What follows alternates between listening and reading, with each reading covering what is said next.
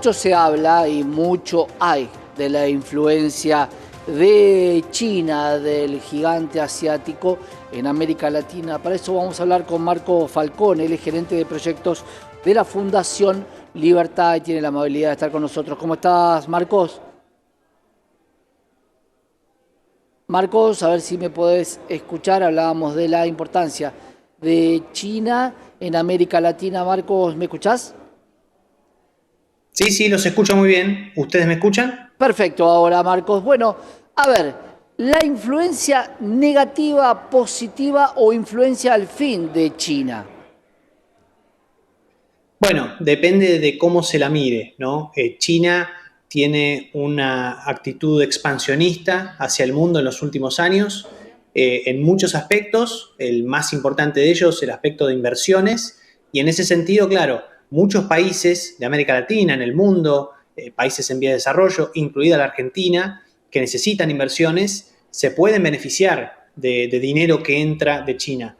¿Cuál es el problema? Bueno, que no sabemos exactamente qué es lo que China quiere a cambio, ¿no? Entonces, ahí es donde empiezan las dudas, ¿no? ¿Por qué China invertiría en nuestros países si hay otros países que no quieren invertir, ¿no? ¿Qué es lo que después nos van a pedir a cambio? Y entonces empieza a haber problemas, por ejemplo, en el escenario internacional, cuando hay que criticar a China por ejemplo, violaciones a los derechos humanos en regiones de la propia China o por ir en contra de la democracia de Hong Kong, ¿no? Y entonces, ¿qué es lo que pasa? Aparecen presiones por parte de China en cada uno de nuestros países, donde China dice, bueno, yo estoy poniendo mucho dinero en su país, lo mínimo que quiero es que ustedes no me critiquen, ¿no? Entonces ahí es donde uno empieza a cuestionar y decir, bueno, ¿es tan positiva la influencia de China o no? ¿Es una influencia que va en contra de nuestras democracias, de lo que nosotros pensamos que es la libertad?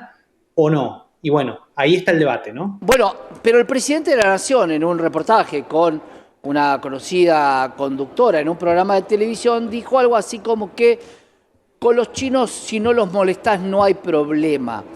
El punto es que pasamos de unos comunistas con los cuales no se puede comerciar a si no los molestás no hay problema y a en enero tener que firmar un tratado de familiaridad, que veremos cómo lo toma Estados Unidos, porque la expansión de China es en detrimento de Europa y de Estados Unidos y de la alineación que tienen ambos continentes.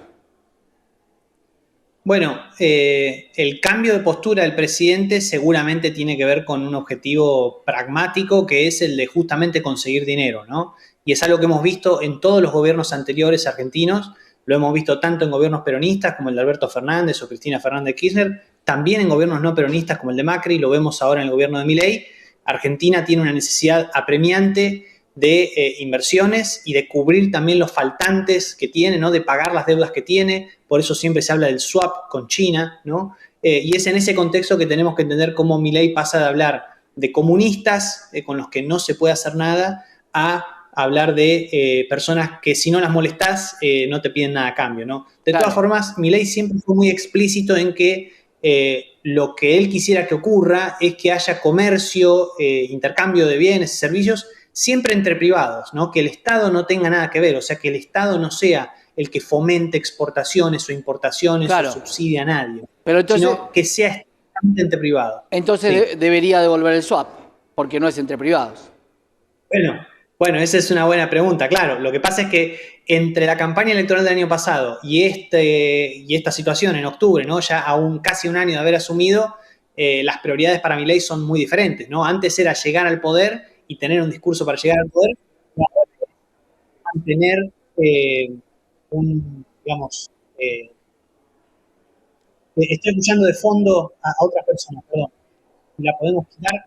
A ver, Eh, está teniendo un retorno Marcos, vamos a corregirlo. Marcos, también te dejo esta reflexión. En este papel en enero que va a visitar China, ¿habrá un condicionamiento hacia los BRICS y por ende es un condicionamiento a Lula da Silva y a Vladimir Putin? ¿Puede llegar a presionar China a que ingrese al BRICS la Argentina? Bueno, sí, les agradezco si me quitan el retorno, si puede ser. Respecto de los BRICS, bueno, lo que hemos visto es un cambio de alineamiento, ¿no? Antes había una prioridad de que se alineara Brasil, Rusia, India, Sudáfrica. Esto es una prioridad de la nueva administración que no trae al BRICS a propósito, y en realidad lo que se está enfocando es en entrar ¿no? en hacerse más aliado de Estados Unidos, de Europa. Lo que ahora vemos, sí, este cambio pragmático en la administración de Milei, bueno, si nosotros podemos obtener ventajas de cualquier lado para mantener el modelo económico y lograr que Argentina salga adelante, lo vamos a hacer por más de que lo hagamos comunistas, ¿no? Pero el objetivo de la política exterior de Milei viene siendo alinear con el mundo occidental, entre comillas, ¿no? Claro. No con digamos, o con el occidente revés, si se quiere, como ha sido Rusia o puede ser quizás Brasil.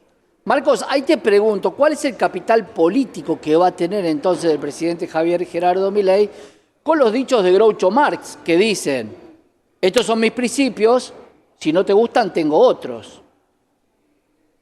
Bueno, indudablemente gobernar es algo que probablemente ni vos ni yo no podemos imaginar lo que es y que seguramente requiere cambiar de opiniones.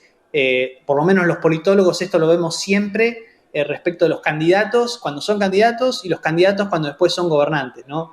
En el caso de Milei, por ahí esa divergencia es más extrema porque su discurso original era más extremo, ¿no? Entonces Claro. parecía que se venía un presidente anarcocapitalista directamente que iba a poner una bomba en el Banco Central, una bomba en la aduana, y bueno, como si fuera todo relato salvaje, ¿no?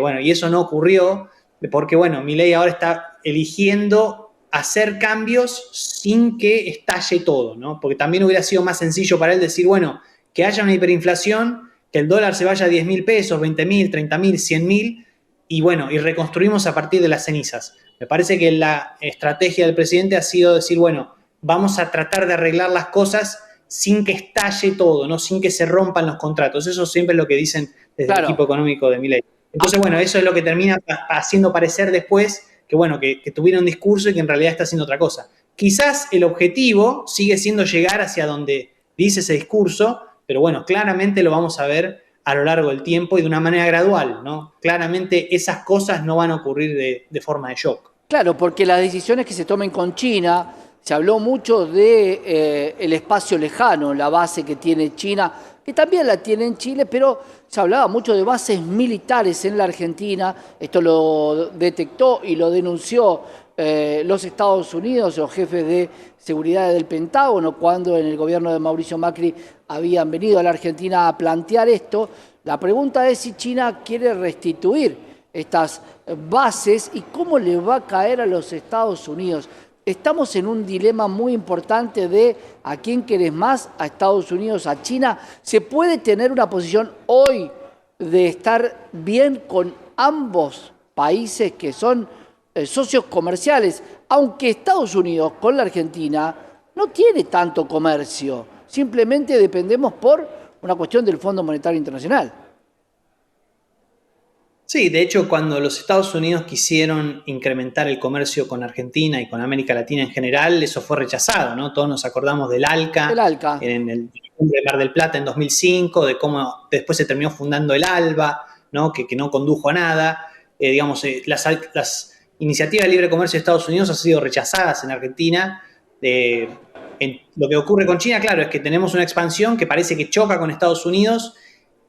Vos me hablabas recién de las bases militares. Bueno, el problema del uso militar de la base que existe en Neuquén no es necesariamente que quizás exista ahora o que literalmente haya militares chinos haciendo espionaje en este momento en Neuquén, sino que lo que pasa en China, y esto no solamente ocurre con el organismo, con la agencia espacial, que es la que administra esa base, sino también con los grandes conglomerados, las grandes empresas en China, es que todas las instituciones chinas, en última instancia, dependen del Estado, ¿no? Tienen la obligación de colaborar con el Estado en materia, por ejemplo, de seguridad nacional, siempre que el Estado lo requiera. Entonces, Claro. en un país, como China, donde no hay Estado de Derecho, porque no es que uno puede pedir un habeas corpus con un juez, por ejemplo, y que eso va a tener algún tipo de éxito, sino que en el fondo todo está controlado por el Partido Comunista Chino, el miedo, ¿no? es que, claro, que la agencia espacial, que depende del ejército chino, también pueda ser utilizada con fines militares, ¿no? Entonces, por ahí viene el problema, por ahí viene